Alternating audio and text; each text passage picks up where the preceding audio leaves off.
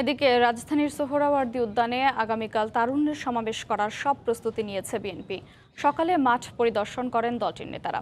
এ সময় তারা বলেন, ব্যাপক জনসমাগম ঘটিয়ে কর্মসূচি সফল করা হবে।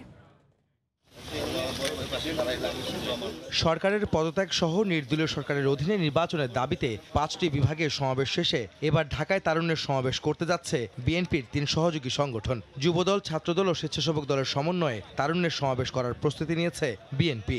ডিএমপির মৌখিক সম্মতি পেয়ে সোহরাওয়ার্দী উদ্যান পরিদর্শনে যান বিএনপি নেতারা। সব বাধা উপেক্ষা করেই সমাবেশ সফল করার কথা জানান নেতারা। ব্যাপক লোক সমাগমের আশা তাদের। ঢাকা শহরে তরুণদের জনস্রোতে সকল ষড়যন্ত্র ভেসে যাবে ইনশাল্লাহ।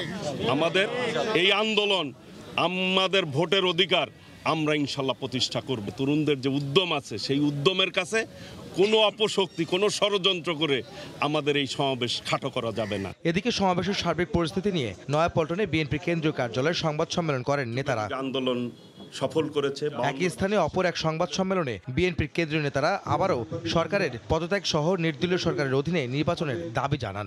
আজকে নির্যাতন, নিপীড়ন সব দিক দিয়ে এই সরকার মানুষকে যাতাকলে রেখেছে।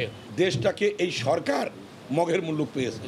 অতএব এই সরকার সম্পূর্ণরূপে ব্যর্থ এবং ব্যর্থতার দায় নিয়ে অবিলম্বে এই সরকারের পদত্যাগ করা উচিত।